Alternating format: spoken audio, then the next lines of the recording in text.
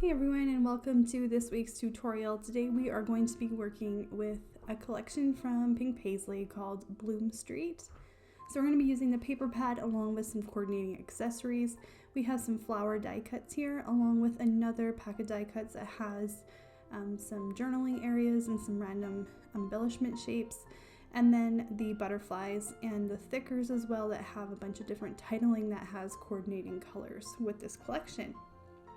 So this paper pad has 48 single-sided sheets and they repeat twice. So there's basically 24 different single-sided papers and then they repeat a second time. There is one journaling card type paper. So basically, because they're single-sided, it's the color or the paper choices is basically the same as a 12 by 12 collection kit, except you get double the amount of papers. But your selection wise, it's very similar. So here what I'm doing is I'm just flipping them through to show you guys, and then I'm going to go ahead and I'm just going to remove the papers that I'm interested in using. So I wanted to stay with like the pinks and the purples, and I kind of wanted it to be really subtle. Like I really like that like watercolor background kind of paper. So I didn't want to use like a paper that was too bold, and considering the fact that I have so much paper left and I'm gonna have some papers that are actually like two of each different paper, what I think I'm gonna do is I'm gonna go ahead and next week I'm gonna use this collection to make pocket pages. So hopefully I have enough accessories left, and we will do that next video. So here are these two watercolor papers. I'm going to put those aside first of all because I really like how subtle they are, and I'm going to use them for a background paper. So now I need two more background papers and two accent papers. So here looking at kind of what I really ended up liking, I wanted to go more subtle. So I picked that butterfly with the leaves paper as my first accent paper because I think it's going to work well with everything that I've chosen. And I was thinking about this plaid paper, but it was a little bit too bold. So I went ahead and used this polka dot pink paper. It's very, very different than that butterfly paper as an accent paper. But it's still kind of subtle as well. So I really like that heart paper. It incorporated a bunch of different colors. And then my final background paper, I chose that striped paper. It's very muted. So if you look at the overall things that I've chosen here, there's not a lot of big contrasts with all the papers. So it's going to make it really, really subtle. Now, after I looked at my paper choices, I decided that I didn't want to use black cardstock. The black is just too bold, and white would have been a better choice if I was staying neutral, but I just decided that I wanted to incorporate a very, very light pink color instead of black cardstock.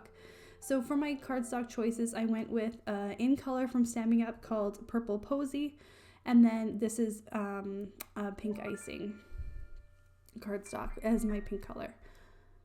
Now we'll go ahead and we'll get started. We have cutting diagrams in my tutorial videos, and I just kind of want to let you know how to read them. So there's the number in top in inches, and that's going to be the size that we're going to cut that cut piece into. And there's a number below it in a circle. So a lot of the times we're making 4 pages or 6 pages when we're using these cutting diagrams, and all these cut pieces can sort of get very disorganized. So that number inside of the circle there represents a pile that you're going to put that cut piece into. So for a 4-page tutorial, we're going to make 4 piles, and for a 6-page tutorial, we're going to make 6 piles. So the numbers are going to be either 1 through 4 or 1 through 6. So page 1 is going to have all the cut pieces that have a circle with the number 1 inside, and so on for the 4 or 6 pages. So now we're going to go ahead and take all pieces of our cardstock, and we are going to cut 1 inch in, 1 inch from the top, and 1 inch from the bottom, and we're going to make a straight line on all 4 sides of each of these pieces of cardstock. What we're basically doing is cutting a 10 by 10 inch square out of the center of this piece of cardstock. The border is going to be put into our pile, and the center, the 10 by 10 inch center, is going to be put to the side, and we're going to be cutting it with another cutting diagram as soon as we're done cutting out all of these squares.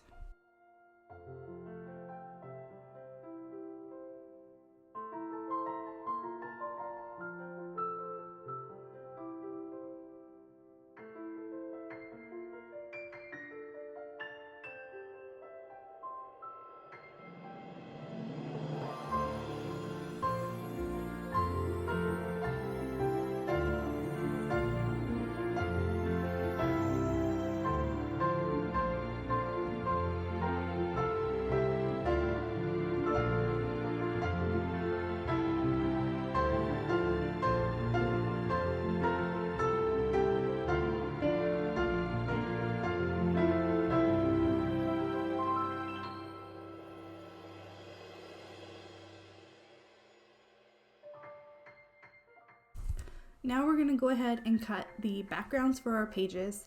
So we are going to be cutting the barcode strip off along with 1/2 inch and then 1/2 inch on the other side.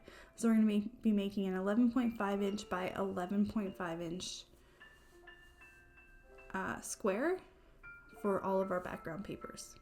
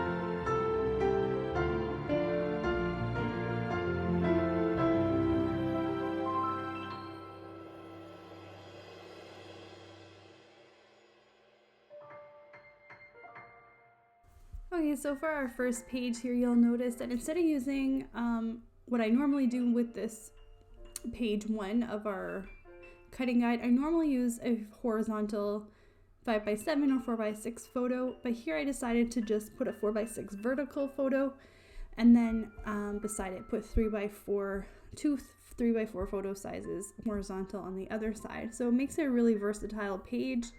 And then, so for the bottom, there's a very linear area because it kind of ends up kind of being a little bit boxy of a formation where the photos are. I put a little bit longer of a titling, so I will put the word beautiful and then put this little journaling card underneath. And then I kind of decided to use mostly butterflies on this page as my accent instead of flowers. And then, so I feel like I sort of made a triangle with those big butterflies, and then just kind of put some smaller butterflies around them just to kind of finish off, just fill up the page a little bit more. And so what I did also is to pop up the wings, what I did is I just put some foam tape underneath the outside edges of the wings, and I didn't adhere them down to the page so that they can kind of just stay loose on the page with just the adhesive down the center of the butterfly. For our second page here, and the embellishments for this collection went really fast.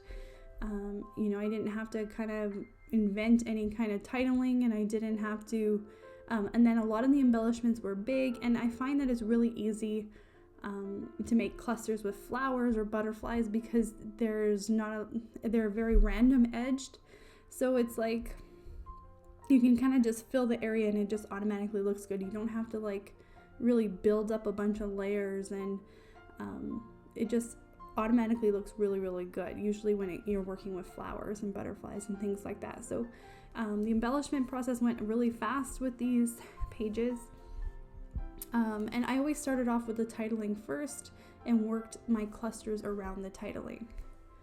Okay, so I really like this word sunshine, and I'm just going to be using candid photos for these layouts, so just nice summary kind of pictures. And I put a little, that little round journaling area to put a little pop of yellow there. So this paper has the heart background, so I wanted the embellishments to be more about love for this page. So there is that area that says "you make my heart flutter," and I put that at the bottom of that 3x4 photo, and it has like a metallic, the wording has sort of like that metallic look to it, like a foil, so I really like that as well. And I wanted to incorporate a little bit more of like that green color that is in with that embellishment, that little tag at the bottom of that 3x4 photo. So I like the word flutter because it pertains to love and like hearts and stuff. And then what I did is I put some flowers on, and I plan to embellish around with hearts more around this layout and sort of have the theme very heart related. Okay, so what I did is at the bottom area, that pink flower there, I popped it up with foam tape, and then I also popped up that flower cluster around the word flutter, just to give the page a little bit more like height and more layering. Okay, and then for our fourth and final layout, I kind of changed the orientation of this layout compared to what's suggested in the cutting guide. I just rotated the pictures, and I wanted it to say spring fun. So I have two different colors of titling there, and then I just decided to kind of like work my embellishments around this titling. And all four of these pages I feel like were a little bit more simple, but sometimes I get accused of making pages that are way too busy anyway, so I decided to change it up and make it a little bit more simple this week. And we are going to pack up this collection, and we are going to use it in my next video to make a pocket page pocket page layout. So we will see you next video. I hope you guys are healthy and safe, and you guys are finding some way to enjoy yourselves. So let me know how you're doing. Are you guys, still worried, and are you still social distancing, or are you guys back to normal, and are things opening up, and are you guys getting to see your families? Let me know how you guys are doing. So we will hopefully I can hear from you in the comments, and we will see you guys for our next video. Thanks so much for watching, and I hope you guys have a great weekend.